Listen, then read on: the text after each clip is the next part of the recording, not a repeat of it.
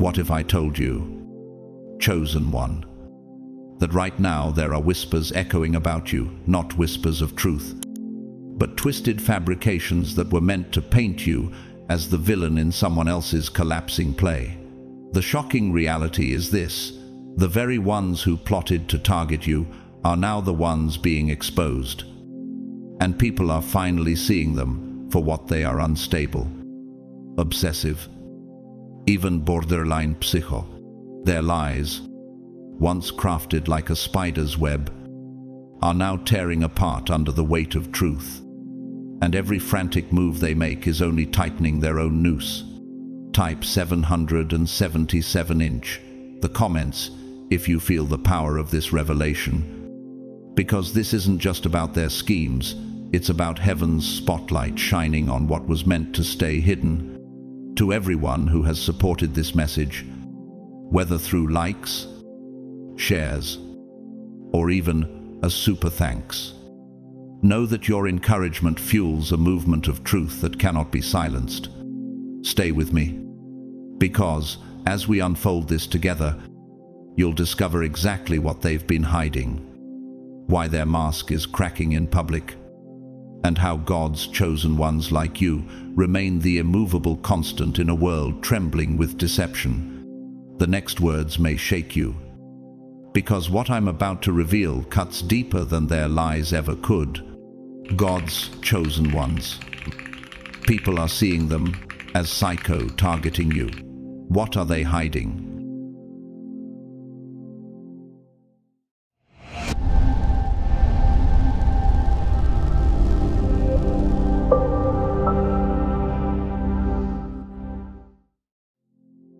Number 1, the empire of lies they built is collapsing.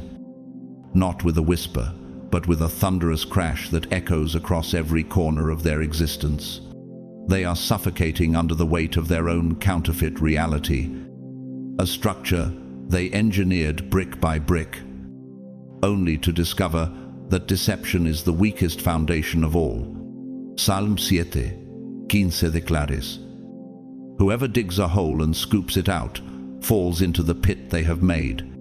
Isn't that exactly what we are seeing? Their schemes, meant to cage you, are now cages, locking them in.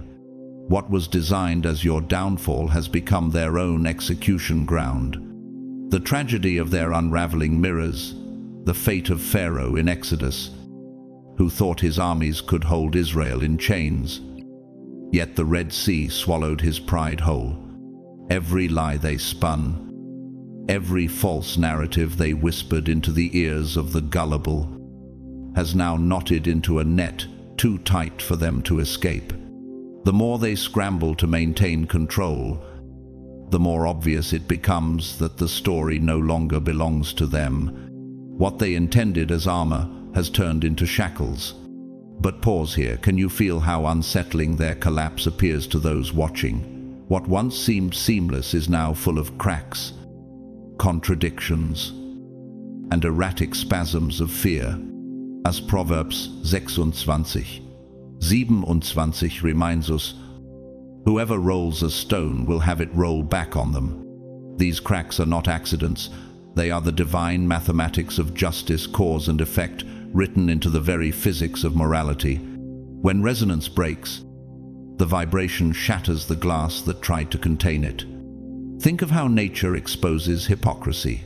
A tree eaten from within by termites may look steady until the storm comes, and then it collapses with terrifying speed. Their mask, once polished like marble, is now eroding like limestone beneath acid rain. And just as vultures circle carrion before death arrives, whispers gather around them. Conversations shift. Private doubts become public verdicts.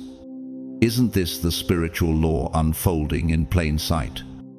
Where the fruit of the tree betrays the health of its roots, observers no longer need to guess. They see the desperation hiding in nervous laughter, the tremor in a hand pretending to be steady, the hesitation in a voice trying to sound strong. John 8:32 proclaims, "You shall know the truth, and the truth shall make you free. But for them, truth does not liberate, it imprisons, because every exposure is another chain around their soul. Reality itself, like an impartial judge, is putting their instability on trial, and while they sink, you stand unmoved, like the Apostle Paul in Acts 27, who remained calm in the storm while sailors panicked. You shine as proof that faith anchors the soul when waves roar. The irony? Their attempt to make you appear unstable now parades their own unraveling for all to see. The label they feared, unstable, obsessive, psycho, sticks, not because anyone forced it, but because it has become the mirror of their existence. History gives us villains who chose deception and collapsed under its weight. Cardinal Wolsey, once the untouchable power behind the throne of England, fell into disgrace because ambition outpaced integrity. His legacy, a reminder that even grand palaces collapse when built on sand. Matthew 7:27 says, "The rain came down, the streams rose, and the winds blew and beat against that house, and it fell with a great crash." Is this not the same crash we now witness? Great art speaks to this moment. In Verdi's opera Don Carlo, the chorus thundered, "O Gioia," at the exposure of hypocrisy, celebrating how light unmasks corruption. And doesn't Beethoven's Missa Solemnis whisper through time, "Et vitam venturi saeculi," that life eternal belongs to those who endure in truth, not those enslaved by lies. The testimony of ordinary lives confirms it as well.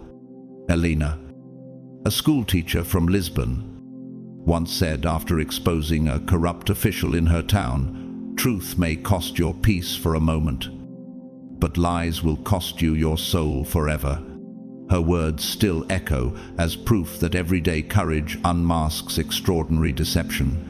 But what happens when their web of deceit becomes so tangled that not even they can breathe in it?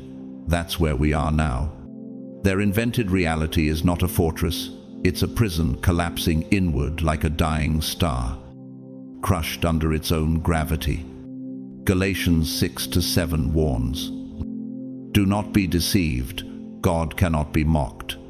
A man reaps what he sows, and their harvest is bitter indeed." Chosen one, the time has come to rise. This battle is not about proving your sanity, it is about showing that truth always outlasts illusion. Stand tall, because the collapse of their false world is the stage where your unshakable strength is revealed. Lift your head, plant your feet, let heaven's resonance flow through you, like a cathedral built on eternal stone. The storm was never yours, it was theirs, and you endured. Now, walk forward, crowned not by man, but by God. Number 2, their obsession with controlling you has turned into the loudest evidence of their collapse. A spectacle they can no longer hide. What they once imagined as a secret campaign of whispers and shadows has erupted into a stage play of desperation, where every gesture, every word, every attempt to manipulate is performed under the floodlights of public scrutiny. Ecclesiastes 10:3 warns, "Even when fools walk on the road, they lack sense, and they show everyone how stupid they are." Isn't this exactly what we are witnessing? How their every step reveals the very instability they wanted to mask. What they meant to be dominance now reads like fear scrawled across their forehead.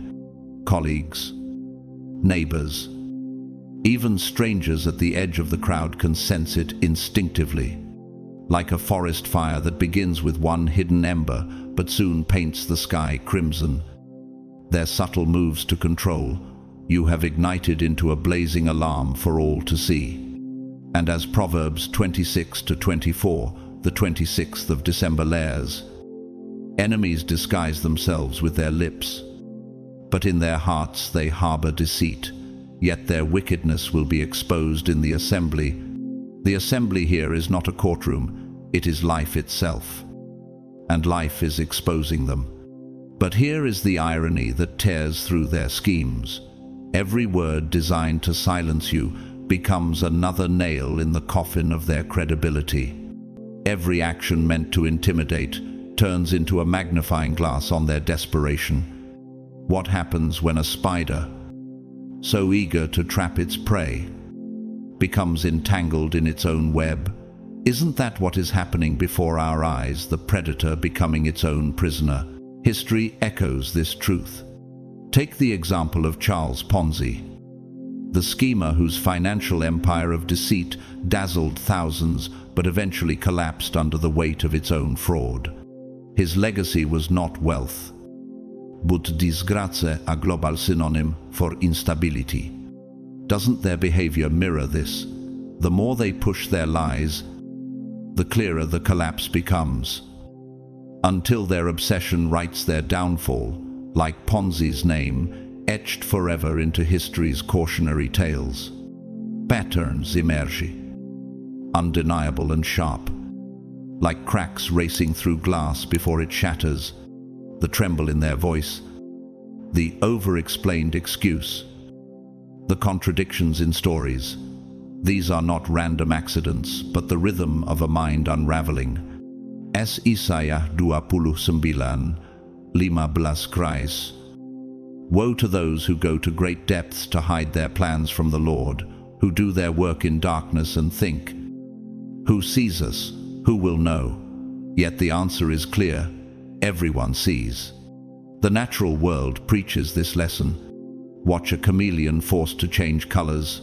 Too often, it becomes frantic, its body betraying stress, its disguise collapsing under its own effort.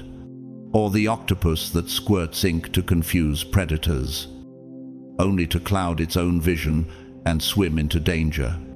Isn't this their fate? In trying so hard to paint an illusion, they expose the chaos of their soul, and great art whispers the same. In Shakespeare's Macbeth, Lady Macbeth's ceaseless efforts to hide guilt through control erupt in madness. Out. Damned spot. Out. I say. Her very attempts at concealment magnified her collapse until her cries echoed as prophecy of her undoing. Like her, those trying to rewrite your story have instead scripted their own tragedy. But the testimony of ordinary lives confirms it as well. Miguel, a bus driver from Madrid, once exposed a corrupt manager in his company by quietly documenting lies until they collapsed under their own contradictions. He said, "I didn't need to fight. I only needed to endure. The truth fought for me." Isn't that the same resonance you now see at work? As their lies turn into evidence against them, Galatians 6. Wheat reminds us, whoever sows to please their flesh, from the flesh will reap destruction. Their seeds of control have sprouted, not in dominance, but in chaos. And while they fail to maintain a false image, they have built instead a museum of fragility, where the world observes their instability in real time. Chosen one, this is no longer about you being silenced. It is about them unraveling before the eyes of the crowd. Their campaign has turned into confession, their obsession into exposure. Rise above it. Because your steadiness is the mirror that reveals their storm. Stand up. Lift your voice. And let the world see that the narrative has shifted. The chains they forged for you have shackled them instead. Number 3.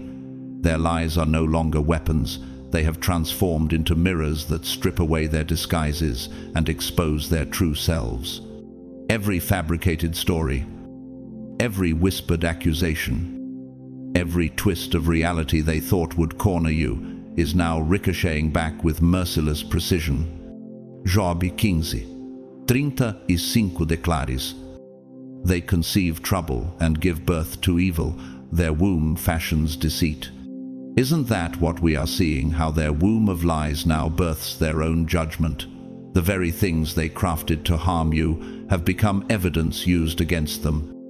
Like arrows shot into the wind that return to pierce the archer, their reflection cannot be escaped. For the mirror they built is chained to their every word and action.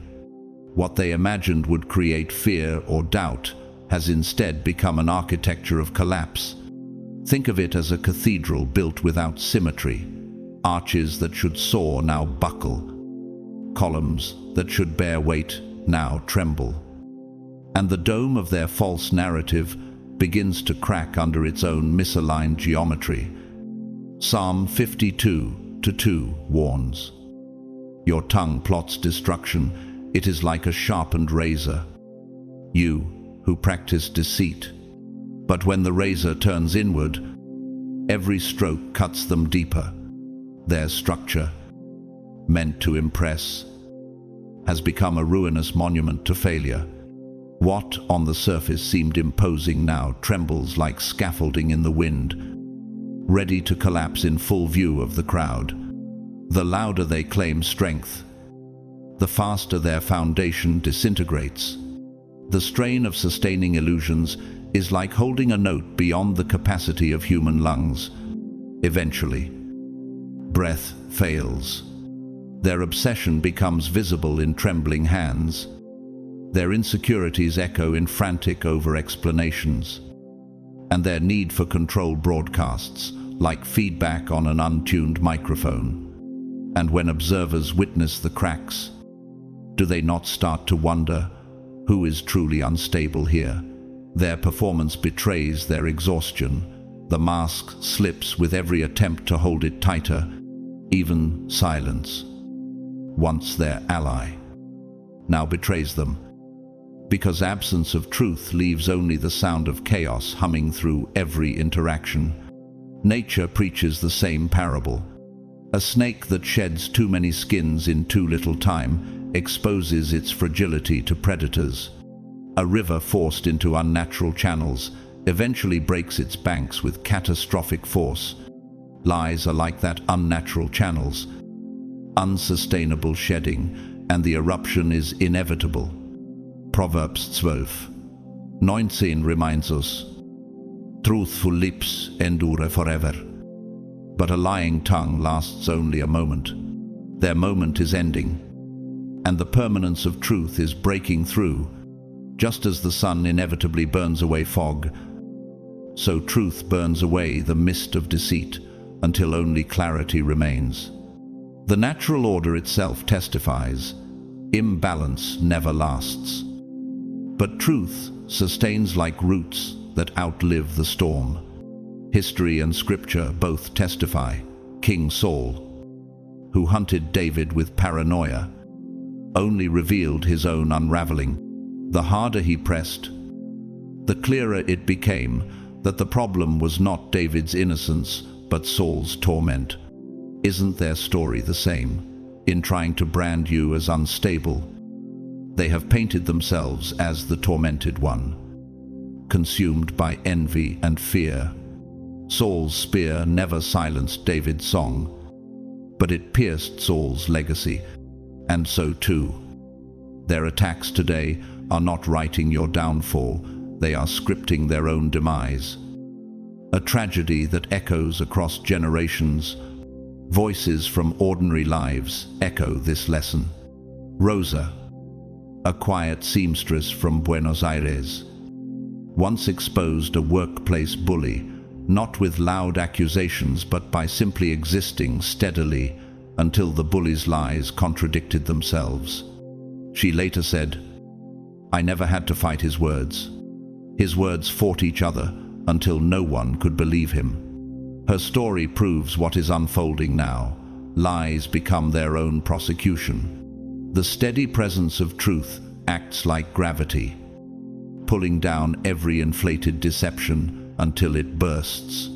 Ordinary witnesses like Rosa remind us that even the simplest life can demonstrate the highest wisdom. Instability always outlasts obsession. Art and music whisper this as well. In Hundreds Israel in Egypt, the chorus thundered. He sent a thick darkness over all the land, and yet the darkness could not hide Pharaoh's defeat. Isn't that the same resonance here, where the darkness of deceit only amplifies the light of truth? And in Dante's Divine Comedy, liars are pictured with twisted tongues. Trapped in eternal irony, their punishment, the perfect mirror of their crime. Even painters of old revealed it. Caravaggio's chiaroscuro shows us that shadows exist only to reveal the brilliance of light.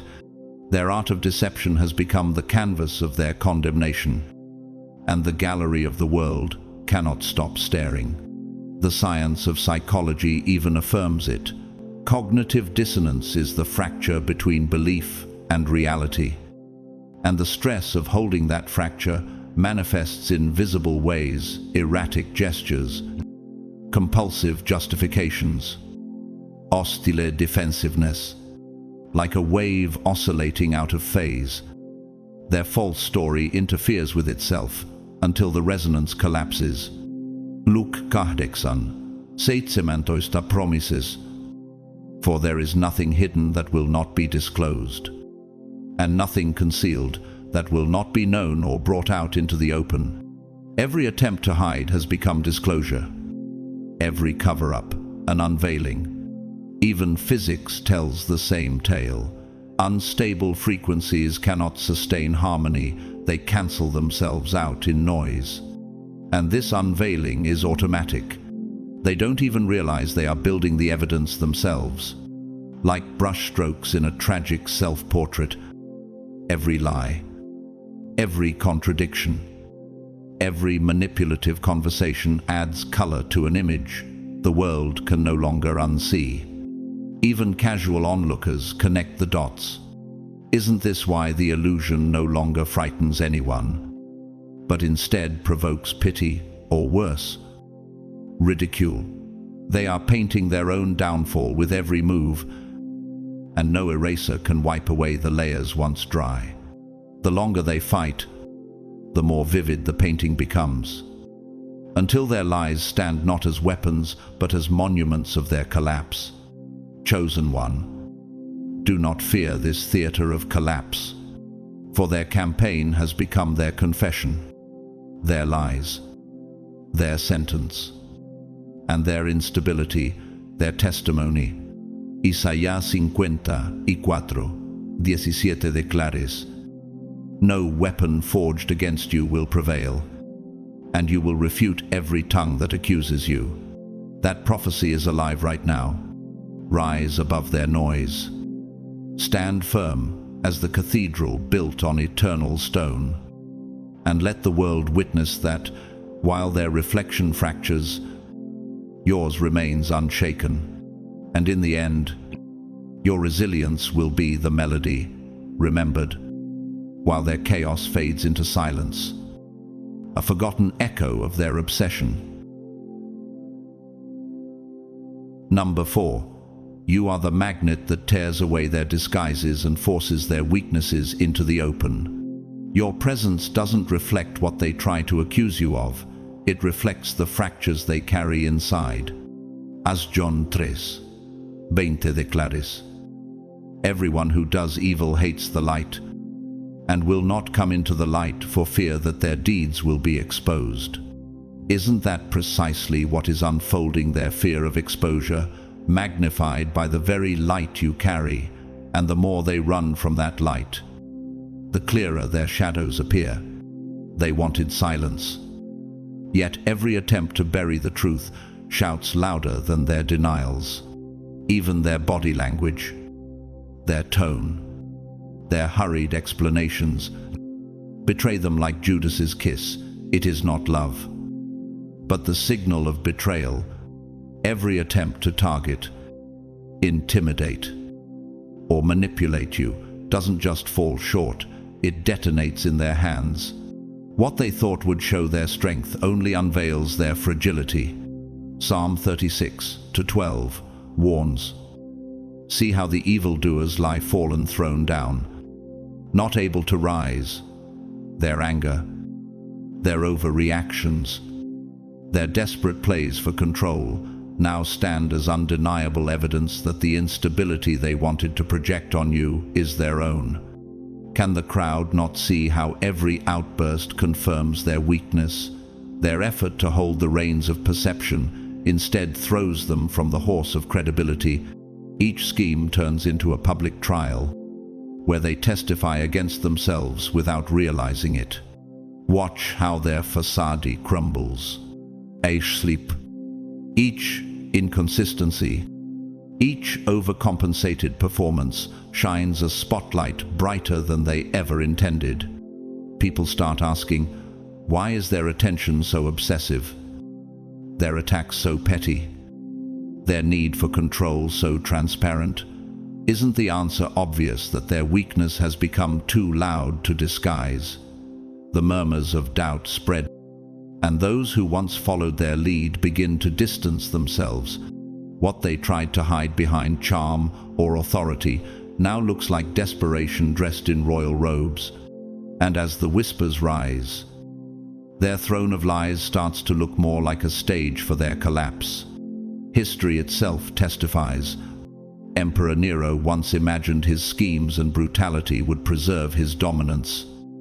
Yet his excess revealed his terror, and his name was immortalized, not as mighty, but as broken. Isn't their obsession the same? Building not a legacy of power, but a monument of collapse. They, too, believed they could burn down others to preserve their image, but the fire consumed only their own empire. Their story is not strength remembered, but madness recorded, and like Nero, they will find that history is merciless in remembering those who tried to control with fear, yet were undone by their own chaos. The great works of art and music cry the same warning. In Bach's St. Matthew Passion, the chorus thunders, "Sin Blitze, sin Donner, lightning and thunder against deceit, divine judgment revealed in sound." And in Euripides' tragedy Hecuba, the guilty are destroyed, not by their victim's hand, but by the divine exposure of their own corruption. Their end, like Nero's, like Hecuba's tormentors, is written not in your actions, but in their own unraveling. Do you feel the weight of these echoes that across centuries, art, music, and tragedy tell the same truth? They remind us that deception never dies quietly, it dies dramatically. So all can see the lesson. Even the stage, the choir, and the canvas unite to declare what heaven already knows. Lies cannot outlive truth. Proverbs 10:9 affirms, "Whoever walks in integrity walks securely, but whoever takes crooked paths will be found out." Their crooked path is now visible to everyone. Isaiah 30:13 warns, "This sin will become for you like a high wall, cracked and bulging, that collapses suddenly, in an instant." Their wall is collapsing even as they pretend it stands tall. And Romans 2:6 assures us, God will repay each person according to what they have done. Their repayment has begun, and the evidence is their own undoing. Isn't it striking how their downfall requires no enemy but themselves? Every false stone they added to their wall has only hastened its collapse. What was meant to intimidate has turned into a monument of divine justice, unshakable and undeniable. Chosen one, your steadiness has become the mirror that forces their masks to shatter. You are not just untouchable, you are the unavoidable truth. Their lies, their noise, their schemes only expose what they are. Rise now, Stand firm. For the world sees it clearly. The chaos was never yours. The chaos was always theirs. And when you rise, you remind every witness that truth stands taller than deception, and light burns longer than shadows. Let their collapse be your confirmation, and let your endurance be heaven's resounding Amen. Number 5. Every eye sees the fracture between their words and reality, and the fracture grows like a canyon, widening with each echo. They speak one thing, but their actions betray them. And James 1:8 declares, "A double-minded man is unstable in all his ways." Isn't that the very instability now painted across their face? Human intuition, sharper than they realize. Detect dissonance immediately, even if no one can name it at first. Like thunder rumbling before the storm breaks. The contradictions between their claims and reality charge the atmosphere until no one can ignore it. Every exaggeration, every accusation, every fabricated twist of truth becomes weighed against the undeniable clarity surrounding your life. Proverbs 19:9. A false witness will not go unpunished, and whoever pours out lies will perish. And is this not what we see the liar crafting their own punishment? Word by word. The more they try to bend reality into their story, the more violently reality resists, creating a tension as visible as cracks racing through ice under weight. Friends whisper. Colleagues exchange glances. Even strangers sense the imbalance. Do they not all feel the tremor of something dangerously off? They thought they were conducting a quiet orchestra of perception, but the discord is deafening. Every lie they breathe creates dissonance. Every manipulation exposes their obsession. Isn't it striking that the more they tighten their grip, the more sand slips between their fingers?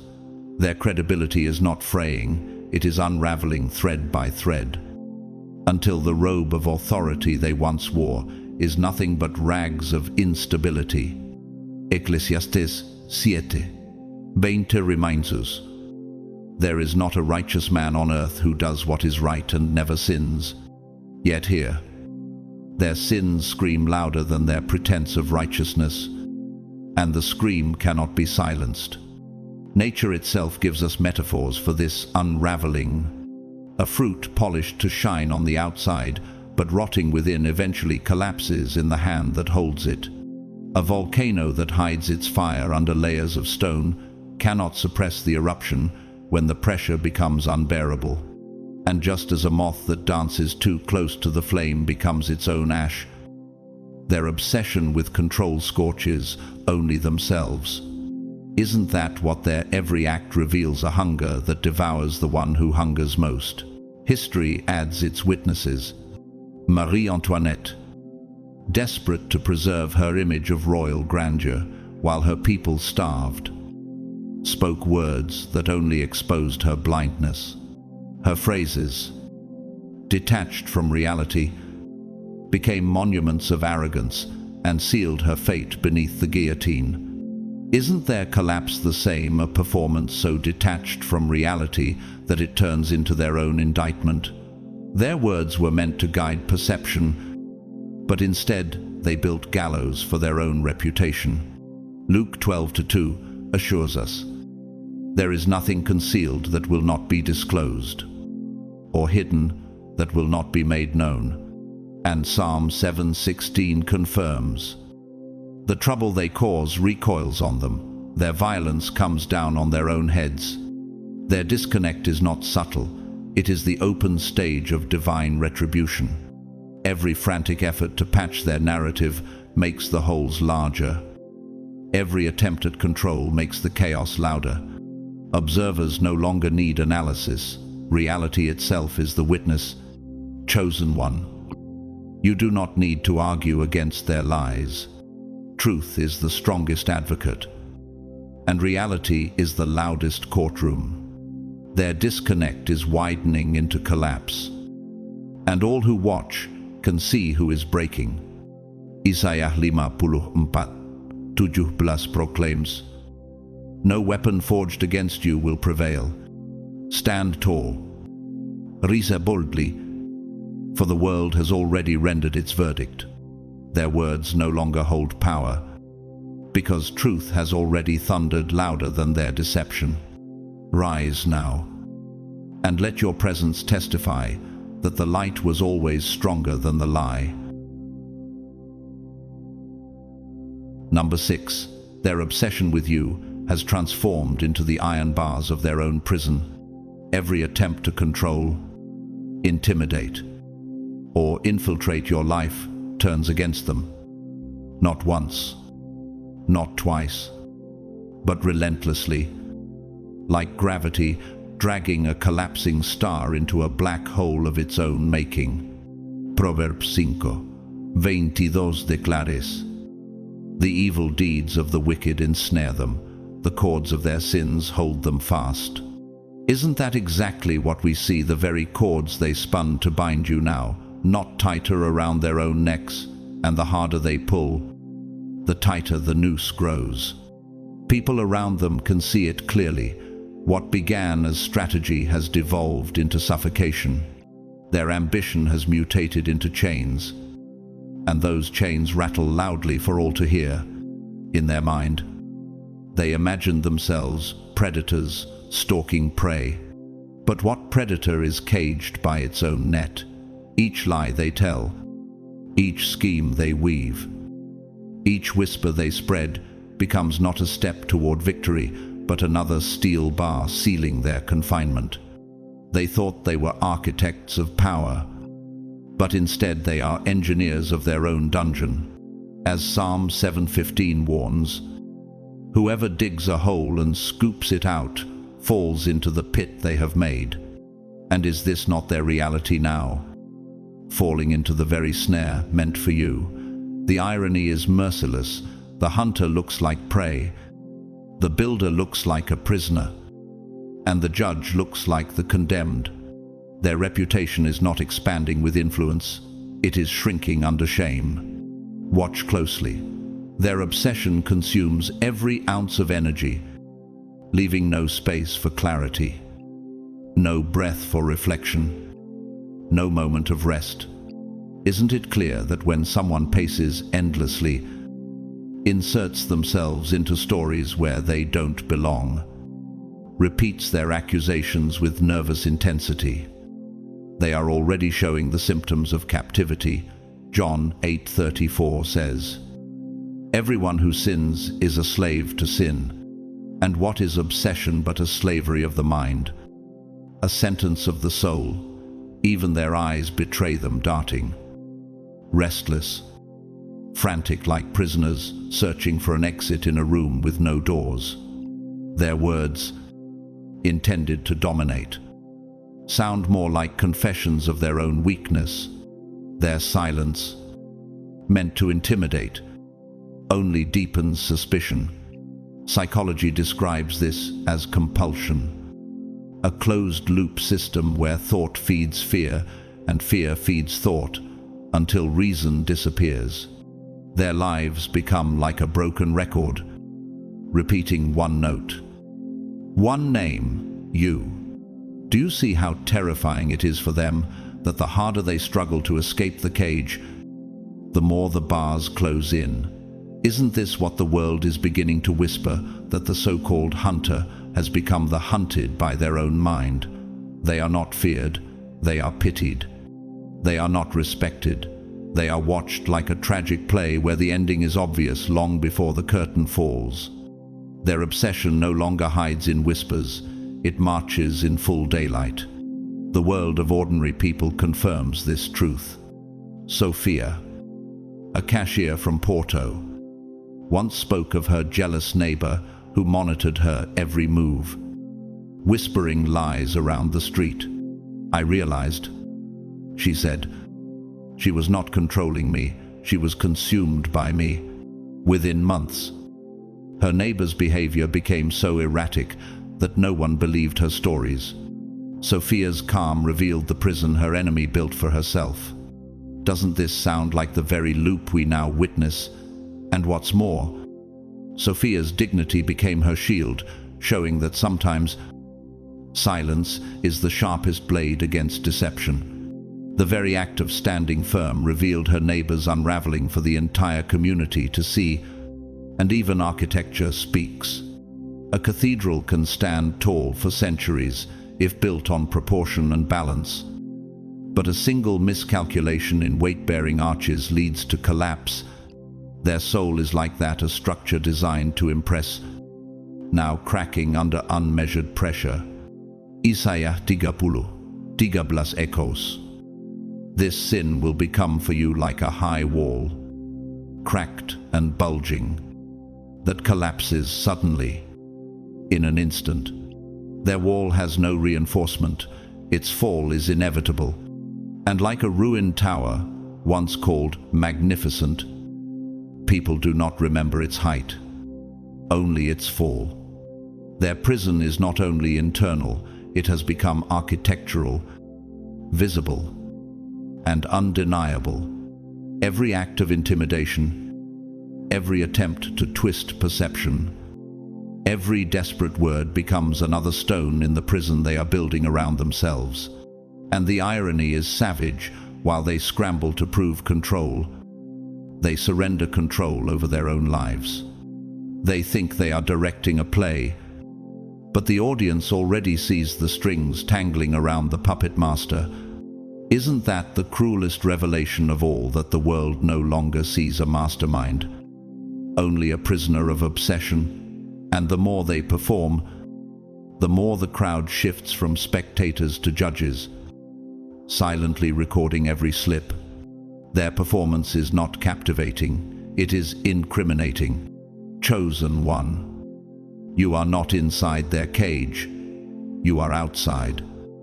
Steady, strong, unshaken. Romans 6:6 reminds us, you are slaves to the one you obey. They obey their envy, their fear, their obsession, and those masters destroy them. Rise now, not in fear, but in victory. Stand firm, for their prison is collapsing inward, while your foundation stands eternal. You were never the captive, you were always the free one. And the world is watching their downfall as your testimony. Let their bars clang shut behind them, and let your freedom ring louder than their chains. Number 7. Every lie they tell does not strike you. It boomerangs and builds the walls of their own isolation. Each exaggeration, each fabricated story, each attempt to twist perception was meant to wound you. But instead, it is like mortar stacking bricks around their own heart. Proverbs 12:19 proclaims, truthful lips endure forever, but a lying tongue lasts only a moment. Isn't this what we are witnessing? Their moment of deception dissolves into ashes, while truth shines like an unextinguished flame. And what is the result? Those who once listened politely now turn away with suspicion, sensing that obsession, not reason, is driving their every move. What was once curiosity from onlookers quickly transforms into distrust. Even casual observers, with no reason to take sides, begin to recognize that this fixation is unhealthy. Ecclesiastes 10:12 reminds us, words from the mouth of the wise are gracious, but fools are consumed by their own lips. Isn't their consumption visible in every frantic explanation, in every nervous laugh, in every contradiction that seeps through their narrative? They believed lies would gather allies, but the more they escalate, the more allies scatter like startled birds from a collapsing tree. And the haunting question arises, How long can a person cling to deception before even their closest confidants step away? Their words do not bind others to their side. They repel them. Each false claim is a toxin, but not for you. It poisons only them. Psalm 101:7 declares, "No one who practices deceit will dwell in my house. No one who speaks falsely will stand in my presence." And is this not the social exile now taking place before our eyes? Friends withdraw. Colleagues keep their distance. Even family members shrink away, not from your light, but from their darkness. Their reputation, once maintained by appearances, disintegrates under the relentless weight of deceit. History provides its witnesses. The Renaissance preacher Girolamo Savonarola once stirred Florence with fiery words. But when his exaggerations outpaced truth, his supporters abandoned him.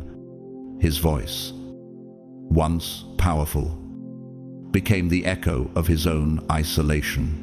Doesn't this mirror your adversary's downfall, their obsession, pushing even potential allies into silence and ridicule? Their network of influence, once assumed strong, is reduced to rubble by their own hand. Art and music testify.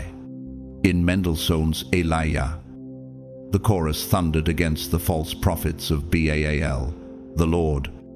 He is God, and their voices vanished into nothingness. Isn't that the same fate here, where the sound of lies is drowned by the resonance of truth? And in Molière's play Tartuffe, the deceiver's false piety isolates him until he stands condemned, abandoned by those he once deceived. Lies never build communities, they destroy them from within. But the irony deepens. The very isolation caused by their deceit only reinforces their obsession, feeling cut off. They double down, intensifying their fixation, hoping to claw back credibility. Isaiah 59:4 describes them perfectly. No one calls for justice. No one pleads a case with integrity. They rely on empty arguments. They utter lies. They conceive trouble and give birth to evil.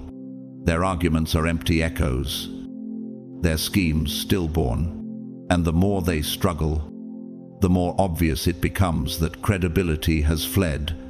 Isn't this the vicious cycle? Lies birthing isolation, isolation birthing more lies. Voices from our own time speak the same truth. Pope Benedict XVI once wrote, "The one who lies builds walls of loneliness around his soul." His words, though spoken in a different context, pierce this very situation. And how undeniable it is. Their every attempt to manipulate the narrative doesn't shrink your influence. It shrinks their own world into a bubble of paranoia. Their obsession is not a demonstration of strength, it is the evidence of collapse. Job 18:7 concludes, "The steps of the wicked are shortened, and their own schemes throw them down. Theirs is a shrinking path, a narrowing world, a life carved into isolation by their own hand. Their lies were meant to harm you, but they became the stones paving their exile. Their obsession has not defined you, it has exposed them. Chosen one, rise above their noise. You remain unshaken while they shrink into a vacuum of their own making. You walk freely in the broad daylight of truth, while they pace in the dim corridor of their prison. Stand tall, for heaven has already judged, and their collapse is not your burden, it is their testimony. What was meant to bury you has buried them, and now, rise. Knowing the world sees the undeniable contrast, you are free. They are bound. Number 8. Their inconsistencies are no longer whispers in the dark. They are an open book, written in bold letters for the world to read. Every contradiction, every sudden shift in their story, every exaggerated overreaction is noticed, recorded, and remembered. Luke 12:3 declares, "What you have said in the dark will be heard in the daylight, and what you have whispered in the ear, in the inner rooms, will be proclaimed from the roofs." Isn't that exactly what's happening? Their own contradictions being shouted louder than their carefully chosen words. They hoped their adjustments would conceal them. Yet, every fumble exposes the cracks in their soul. When confronted with facts, they cannot hold steady. They wobble, adjust, overcompensate, and in doing so, they reveal far more than they ever intended. Each desperate correction adds another line to the portrait of obsession and instability that they themselves are painting. Proverbs 10:9. Whoever walks in integrity walks securely, but whoever takes crooked paths will be found out. Their path is as crooked as a river that refuses its banks, and it is impossible to disguise the flood of contradiction it leaves behind. Doesn't the crowd already sense that the story they push is not only inconsistent, but also dangerously unstable? People are naturally attuned to patterns. Repetition speaks louder than rehearsed speeches. The more they deny, the more they exaggerate, the more they overreact, the clearer the pattern becomes. Job 15:35 describes it well. They conceive trouble and give birth to evil. Their womb fashions deceit.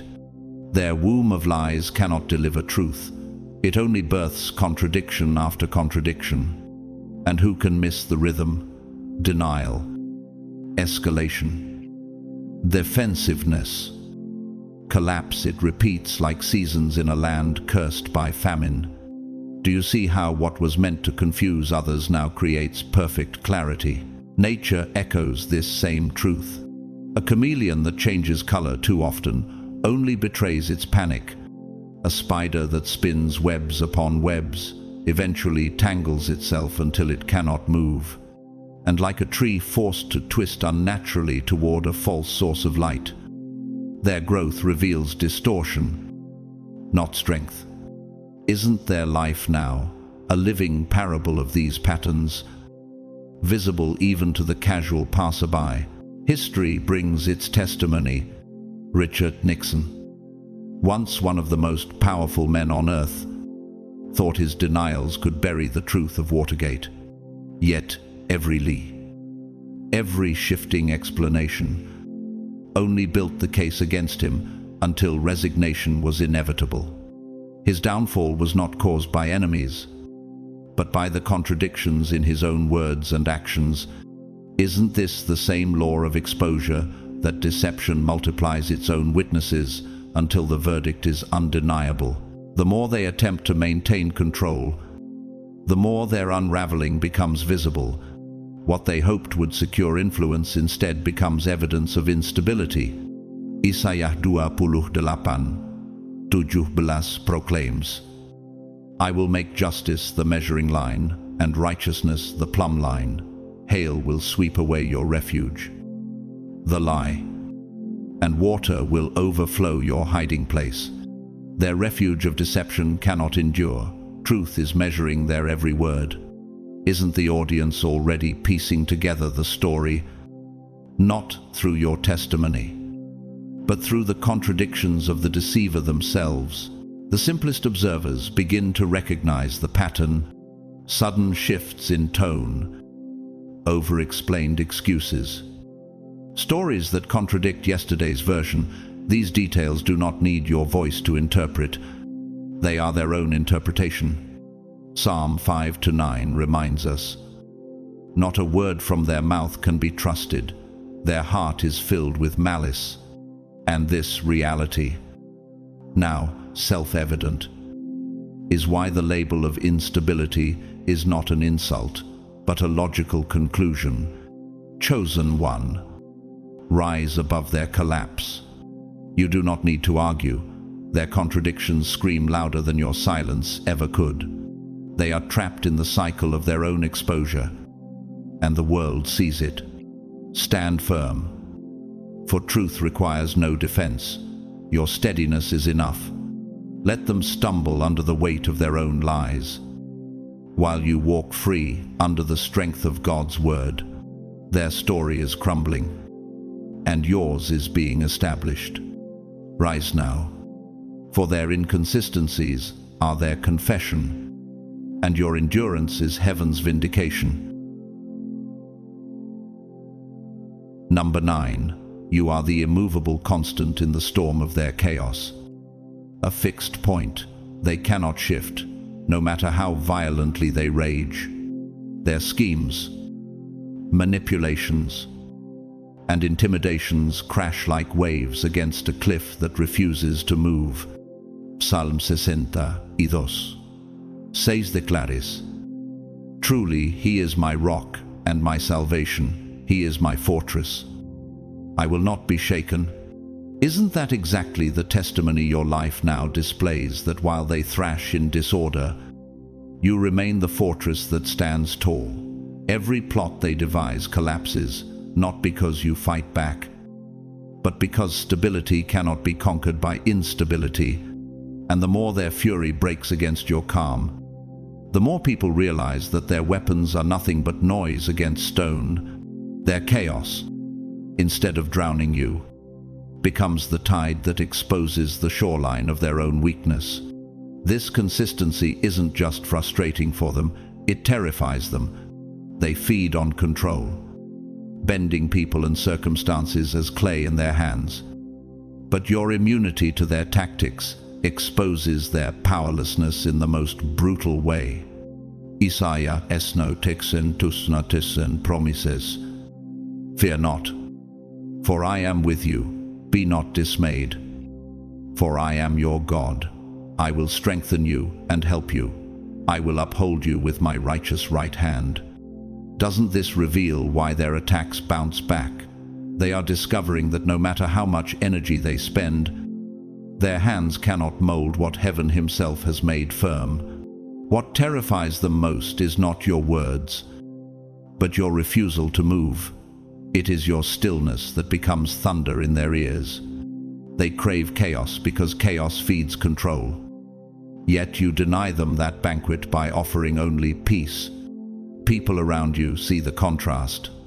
Their frantic overreactions are magnified beside your calm. Their erratic lies ring hollow against your quiet truth. Their desperation sounds shrill, while your steadiness resonates like a steady drumbeat. Isn't it obvious to observers now that the chaos is not in you, but in them?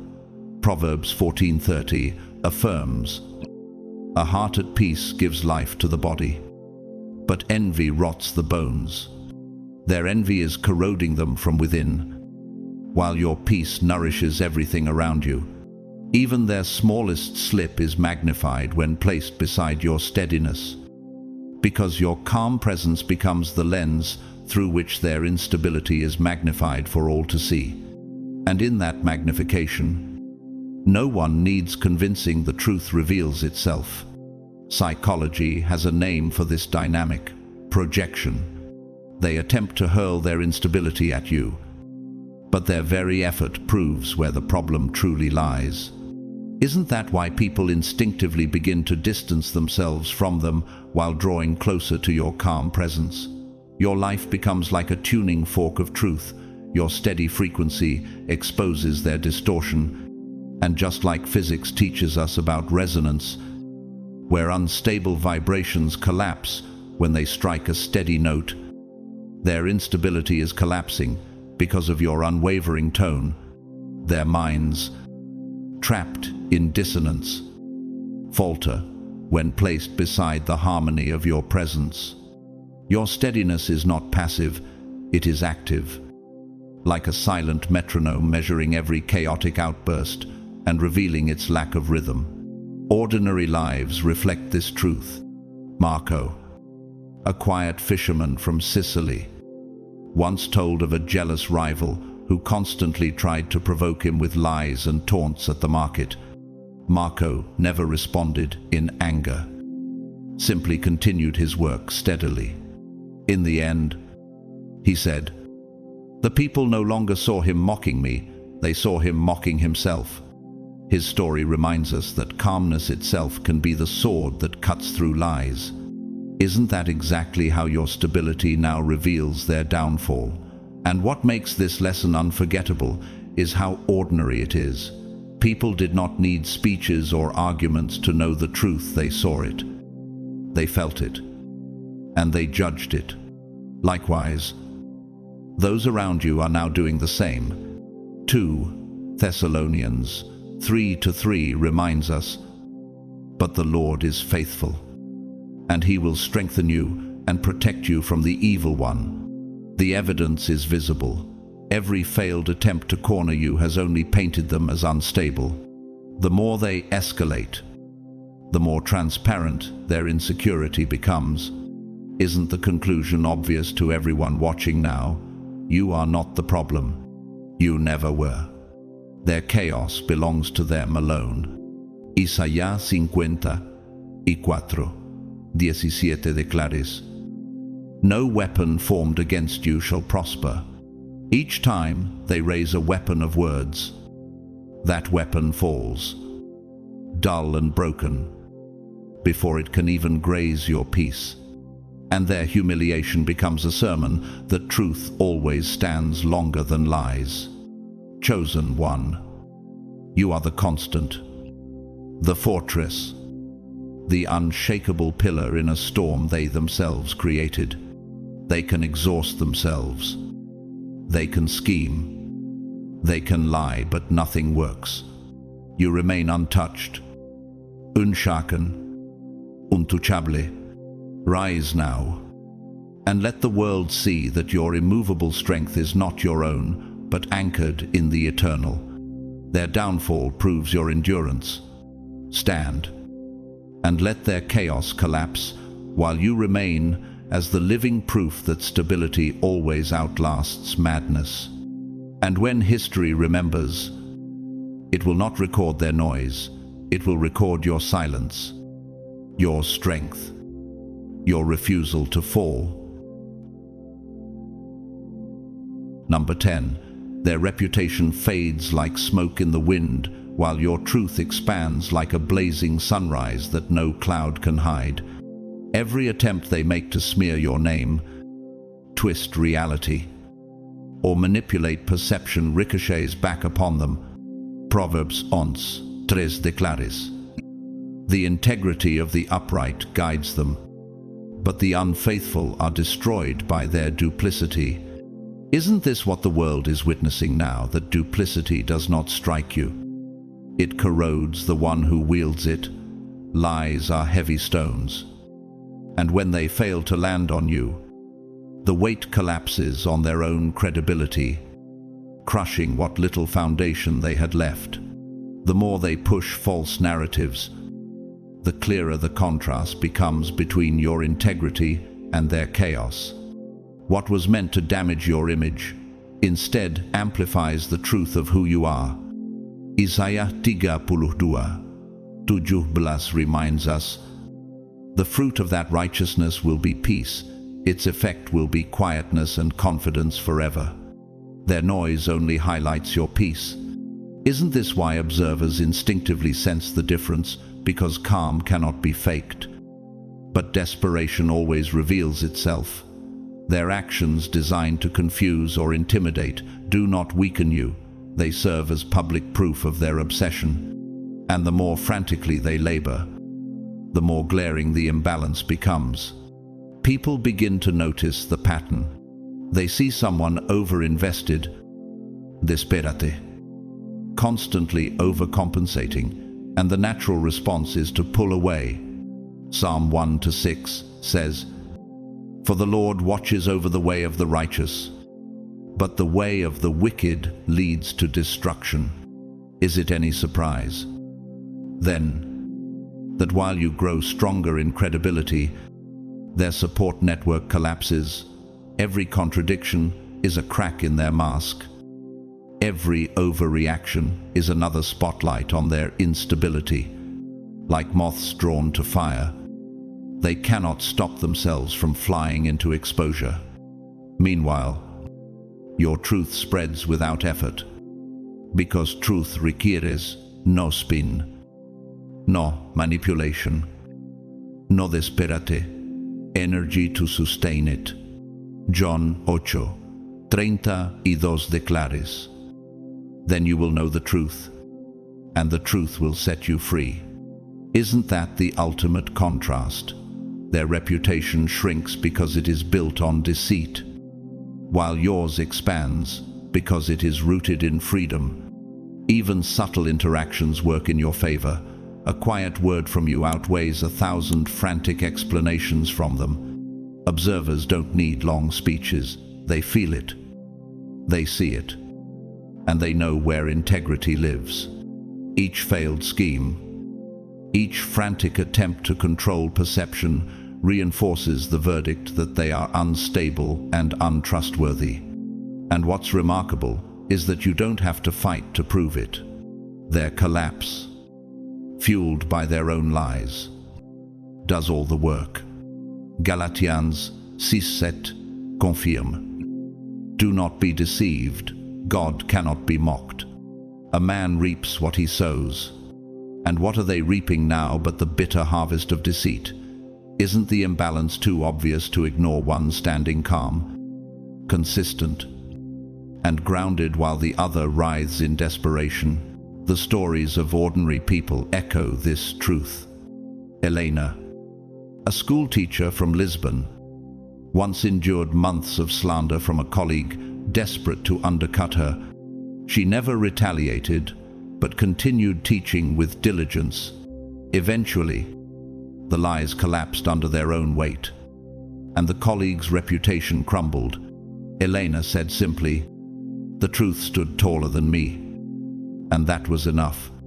Doesn't her story mirror what is happening now, that your steadiness is louder than their noise? Sacred music and art testify to this law. In Haydn's The Creation, the chorus bursts forth with, "And there was light," a triumphal declaration that darkness has no permanence. Isn't that the anthem of your life? The light of truth steadily expanding while their shadow dissipates. And in John Milton's Paradise Lost, the deceiver's own words ensnare him, proving that lies always testify against their master. Every failed attack strengthens your position, widens your credibility, and exposes their instability for all to see. In trying to tarnish your image, they have illuminated their own madness. The world takes note. You are grounded. They are frantic. You are consistent. They are consumed. Isaiah 5:17 resounds. No weapon forged against you will prevail, and you will refute every tongue that accuses you. Rise now, chosen one, for the battlefield has already revealed the outcome.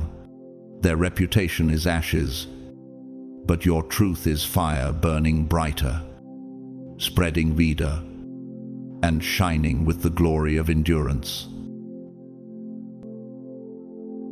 Number 11. Patterns expose truth faster than words ever could. People don't just see a person, they see the rhythm of repetition. Matthew 7:16 declares, "By their fruit you will recognize them." Isn't that what is unfolding before your eyes, that actions repeated again and again become the fruit that tells the world exactly who they are? Their attempts to target, manipulate, or intimidate you are not isolated sparks. They are strokes in a fiery pattern, burning their own reputation. Observers need no testimony. The pattern itself is testimony. And once that rhythm has been established, it beats like a drum across every conversation, every circle of witnesses, and no one can unhear it. Their own actions become the soundtrack of their exposure, echoing louder with each repeat. One single act can be dismissed as chance. Even two might be overlooked. But relentless repetition leaves no room for doubt. Their obsession is stitched into every cycle of behavior, embroidered in a fabric of their own destruction. Job 8:13 warns, "Such is the destiny of all who forget God, so perishes the hope of the godless." And isn't this hope perishing visibly the godless pattern of deceit, eroding trust faster than words can repair it, like a drum beating the same rhythm in a darkened room? Their actions form a sound no one can unhear. Patterns speak louder than their alibis, because repetition always reveals intent. And the tragedy is that the more they try to cover it up, the more the pattern intensifies, like ink soaking deeper into cloth until the stain cannot be removed. People begin to notice the same overreactions, the same manipulations, the same invasive actions happening again and again, until coincidence no longer explains it. Doesn't every observer quietly connect the dots, even without your voice? Ecclesiastes 3:1 reminds us, "There is a time for everything, and a season for every activity under the heavens." But what season are they in, if not a cycle of madness, a winter of obsession that never melts into spring? Their behavior defines them. The person fades. The pattern becomes their identity. And once that identity is etched into people's memory, even silence cannot erase it.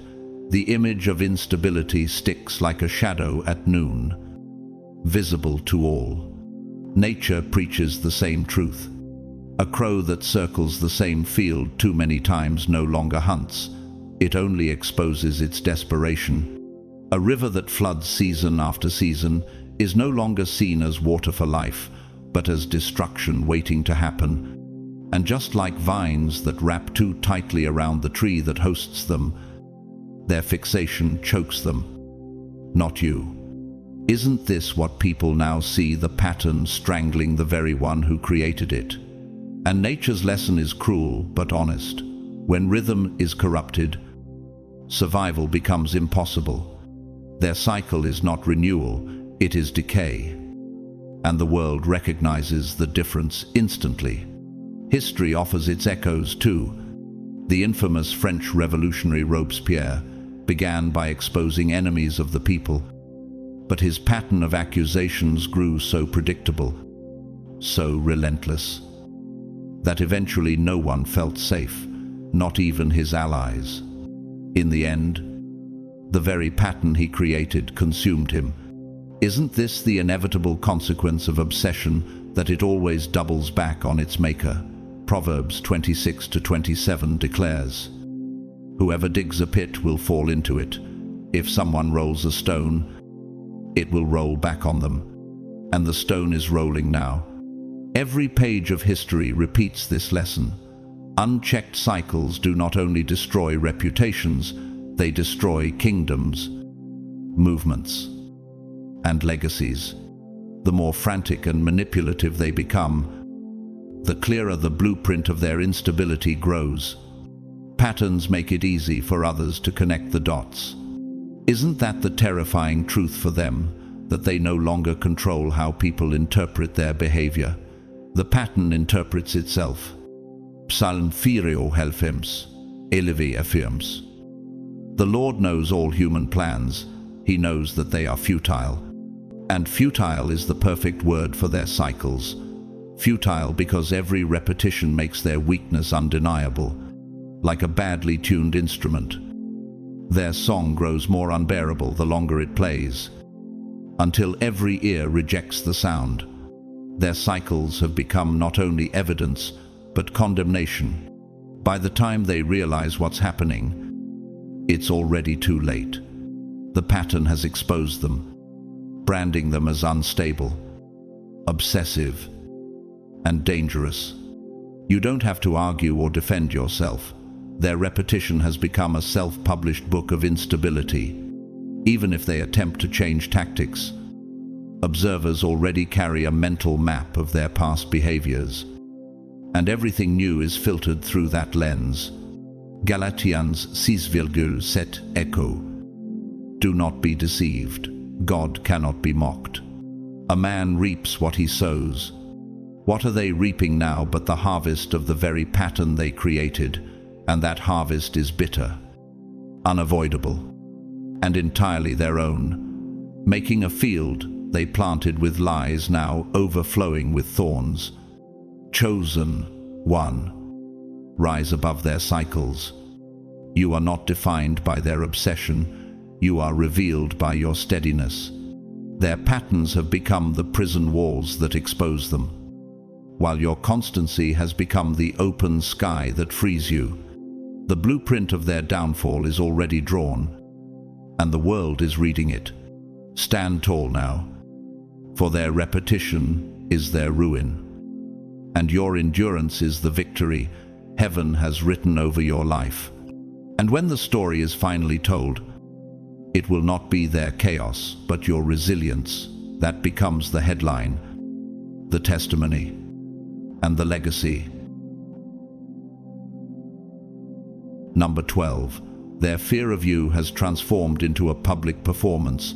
They cannot stop acting out what was once hidden in the shadows of their thoughts.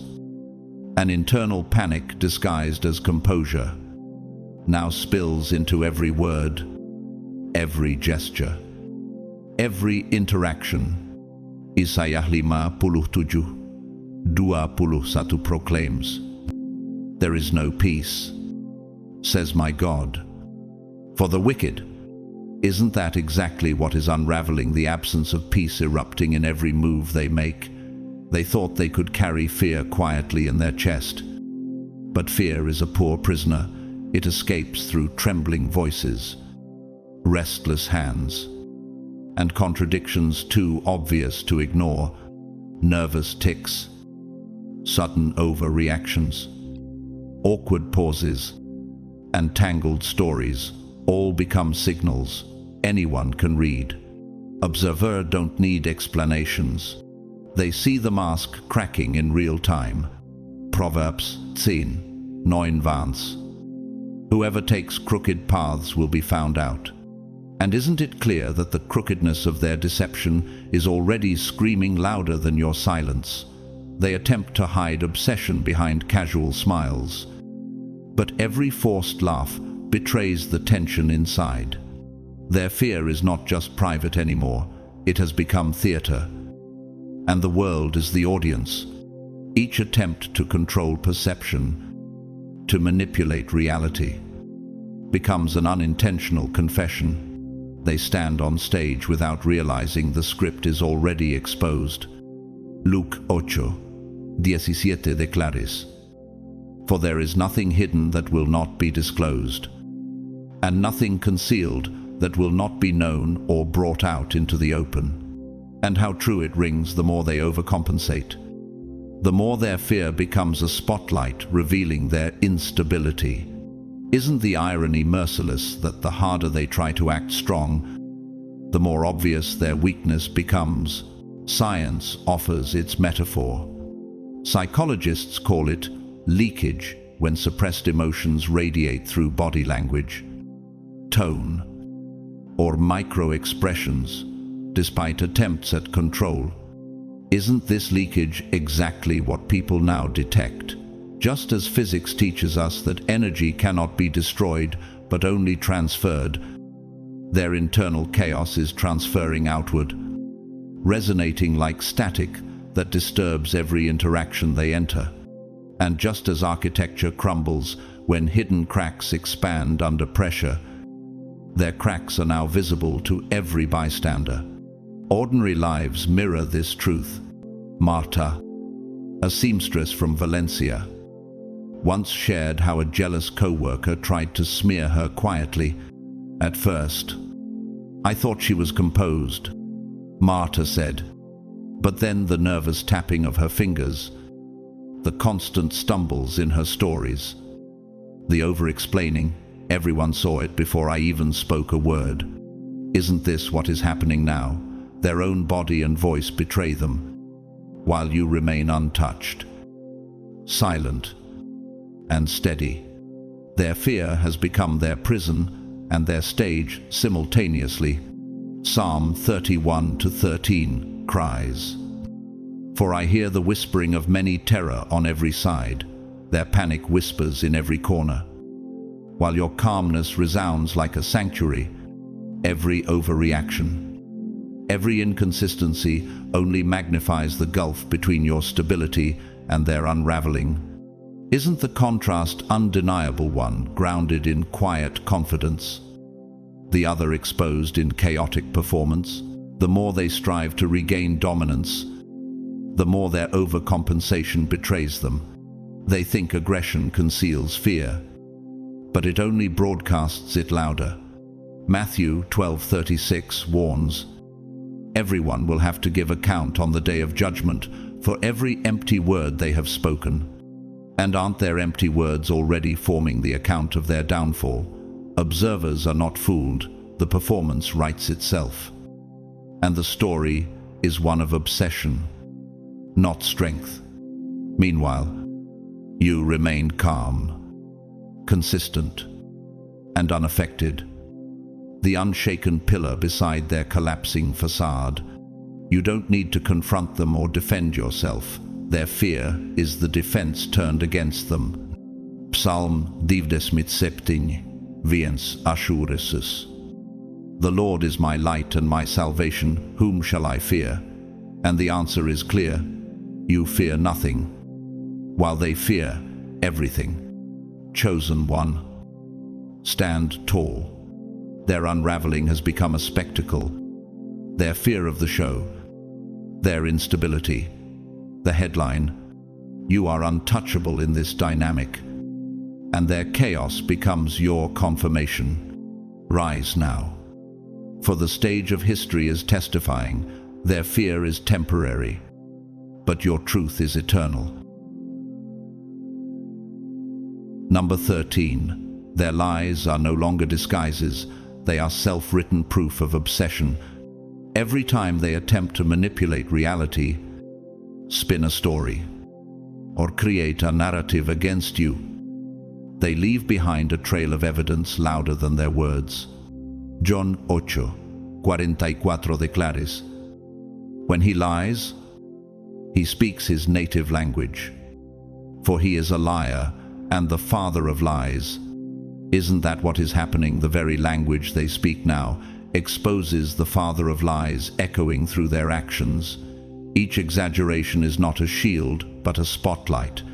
Each distortion does not conceal, but illuminates their fixation for anyone paying attention. And the longer this goes on, the more undeniable the portrait becomes.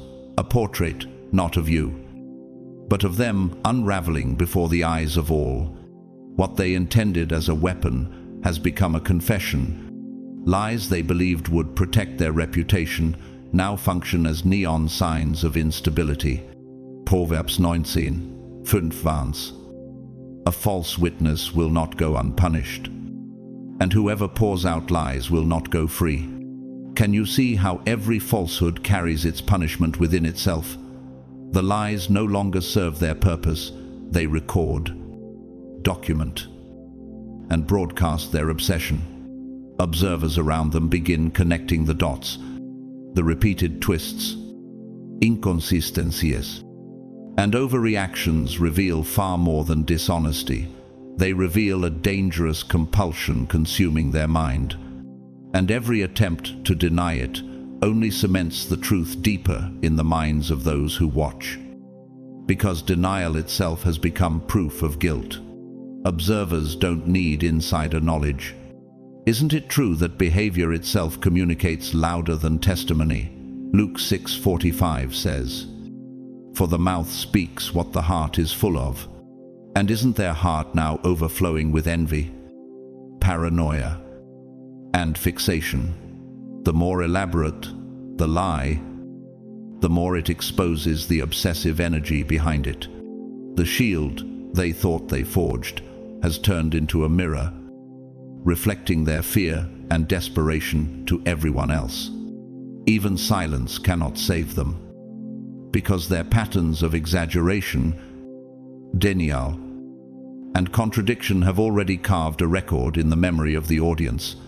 And once that record is formed, no rebranding, no excuse, no sudden apology can erase it. The stain remains burned into their reputation. Science illustrates this unraveling in psychology. Compulsive liars often reveal themselves through what's called cognitive load. Their brain burns energy maintaining falsehood, leading to slips, contradictions, and tension. Isn't that why their stories crumble so fast? Physics has its echo too. Unstable systems always reveal their instability when stressed. The more they push to control perception, the more chaotic their vibrations become.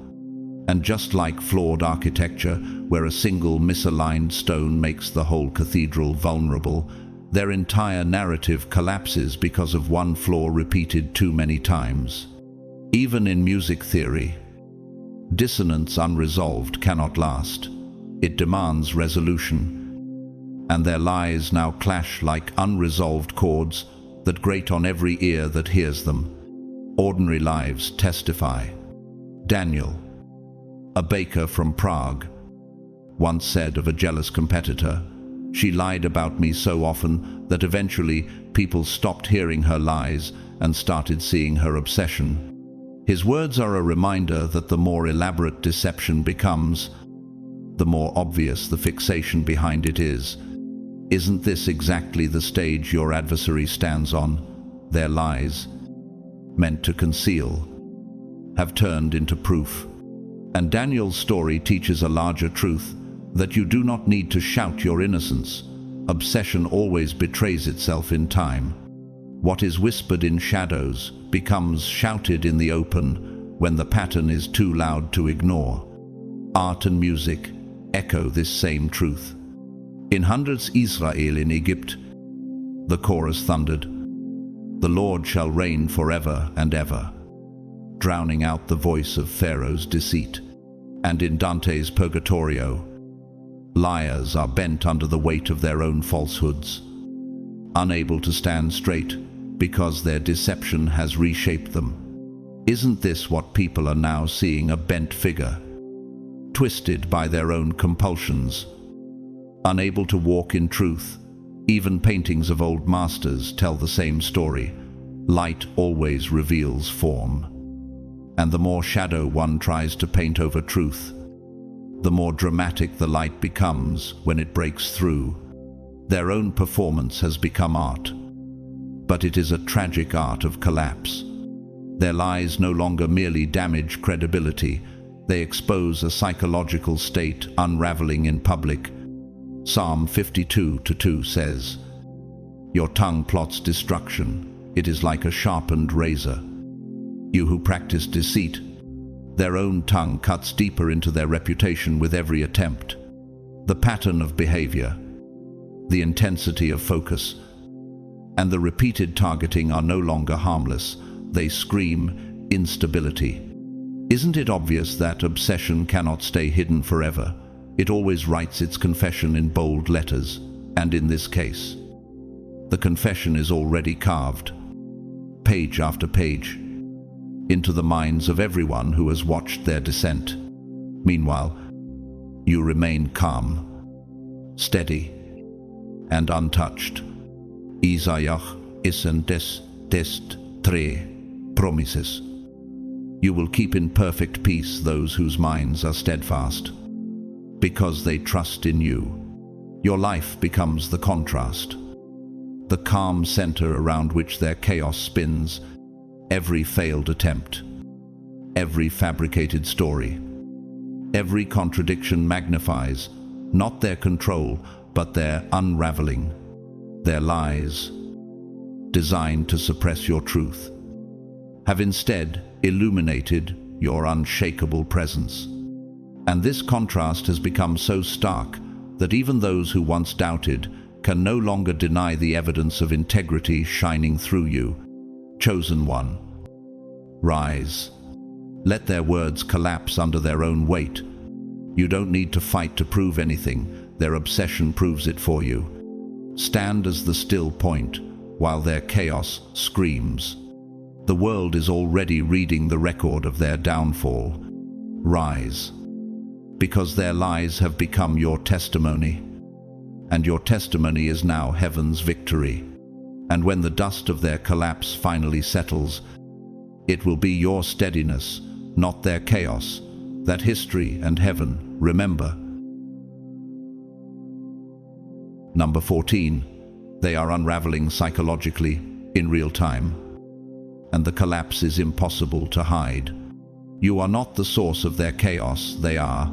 Isaías 3:11 declares, "Woe to the wicked, disaster is upon them. They will be paid back for what their hands have done." Isn't that what we are witnessing, the disaster of their own hands closing in like chains? Every attempt to manipulate, intimidate, or control situations detonates in their face. And the harder they push, the faster their mind betrays them.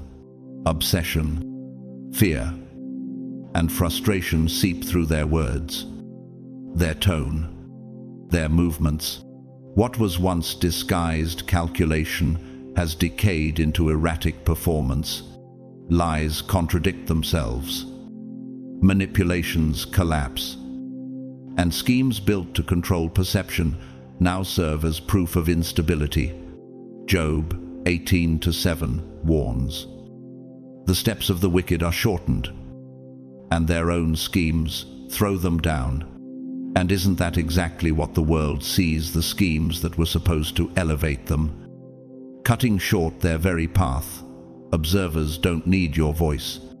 They see the contradictions piling, the nervous gestures multiplying, the frantic attempts at authority dissolving into spectacle.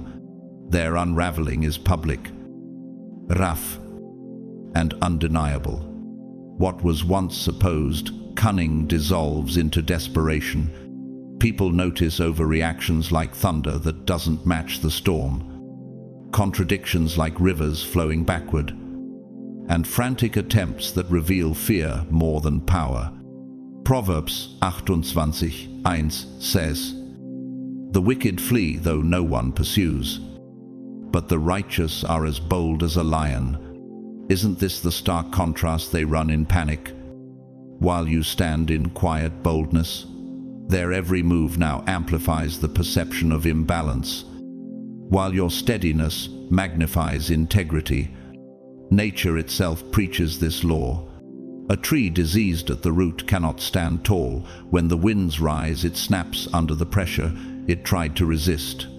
A serpent that coils too tightly around its prey eventually suffocates itself. And like a volcano, the more their obsession bubbles beneath the surface, the more violent and obvious the eruption becomes. Isn't their unraveling now as visible as lightning across a night sky, brief, destructive, and impossible to ignore? History warns through its villains. Emperor Charles VI of France, known as Charles the Mad, once sought to control his kingdom through fear and elaborate decrees. But his paranoia grew, his contradictions multiplied, until even allies abandoned him.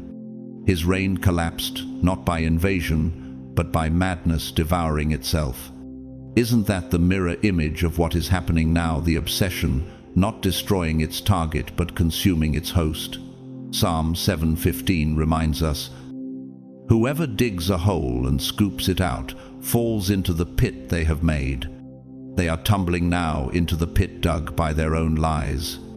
Science explains it too. Psychology calls this cognitive dissonance, the unbearable tension when lies clash with reality. Isn't that why they shake? Why their stories fall apart? Physics calls it entropy, the natural collapse of unstable systems. And architecture teaches that if the foundation is flawed, the structure cannot hold. No matter how ornate the design, their entire facade, carefully built, is collapsing like a cathedral without a cornerstone. Matthew 7:27 declares, "The rain came down, the streams rose, And the winds blew and beat against that house, and it fell with a great crash. Their crash is happening live, and the world is watching. Meanwhile, you remain steady, untouched, and unshaken. Your innocence, focus, and strength are magnified precisely because of their chaos. Where they crumble under pressure, you stand firm. Where they obsess, you stay grounded. Isn't it clear now who is truly in control? Psalm 112:7 says, "They will have no fear of bad news. Their hearts are steadfast, trusting in the Lord." Their collapse only magnifies your power. Chosen one, rise. Their obsession, their lies, their desperate scramble to dominate has become their own undoing. You are the unshakable center, while they dissolve under the weight of obsession. Their collapse is the stage, your endurance is the testimony. Stand tall, for history, heaven, and the world already know. Obsession destroys the obsessed, but truth always stands. Every scheme, every manipulation, every overreaction has not weakened you. It has only exposed their weaknesses, their instability, and their unraveling to the entire world. Psalm 7:15 declares, "Whoever digs a hole and scoops it out falls into the pit they have made." Isn't that the story unfolding here? They are the architects of their own chaos, constructing walls of paranoia so high that they cannot escape the prison they designed. The more they fight to dominate or discredit you, the more visible their obsession becomes, shining like cracks in a glass tower at the moment of collapse. What was meant to intimidate, control, or smear you has backfired spectacularly. Isaiah FX 2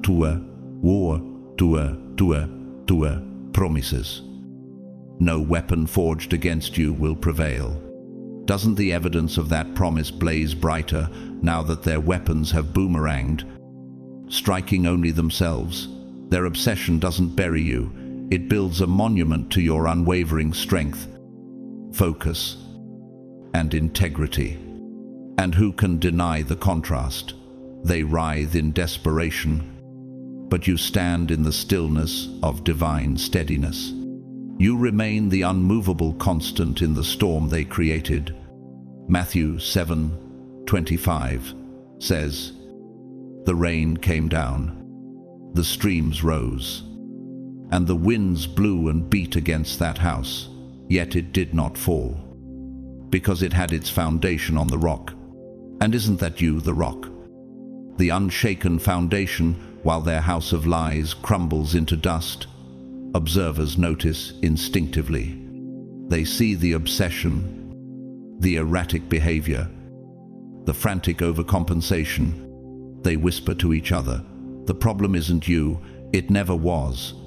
Their credibility fades while yours expands, not through speeches or defenses, but through the undeniable reality of their unraveling. Isn't that the irony that silence on your part says more than their 1,000 frantic words?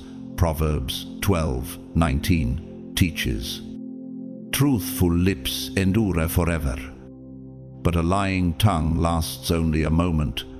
Their lies, like sparks, flash and vanish, while your truth burns with the permanence of a steady flame.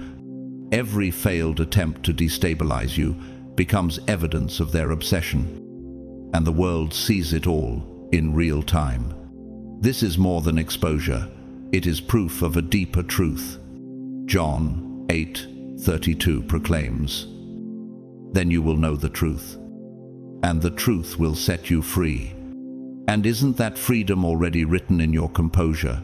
They collapse under the weight of deception, while you rise under the weight of glory.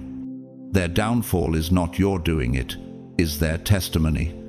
and your endurance, chosen one, is the final verdict that heaven has already stamped as victory.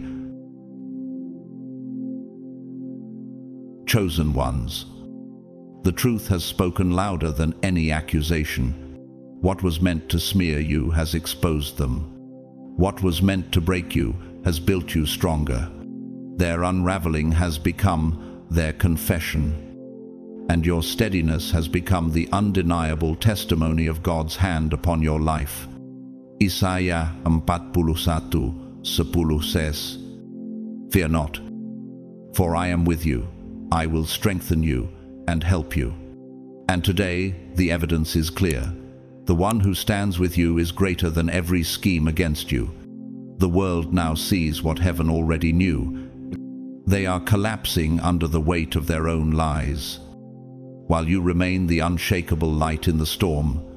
This is not just survival. This is victory written in real time. And if you've felt the power of this message, stand with me in faith. Like, share, comment, and subscribe. Because every time you engage, you make this truth visible for someone else who desperately needs it.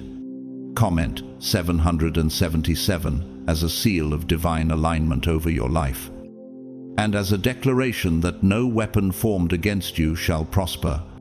To those who have supported me through super thanks, I honor you deeply. You are helping this message of strength and faith reach further than we could ever imagine. And even if you simply listen, share, or quietly carry this word in your heart, you are part of this mission.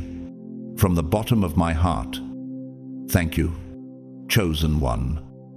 May God's light surround you. May His peace cover you. And may His blessing overflow in your life.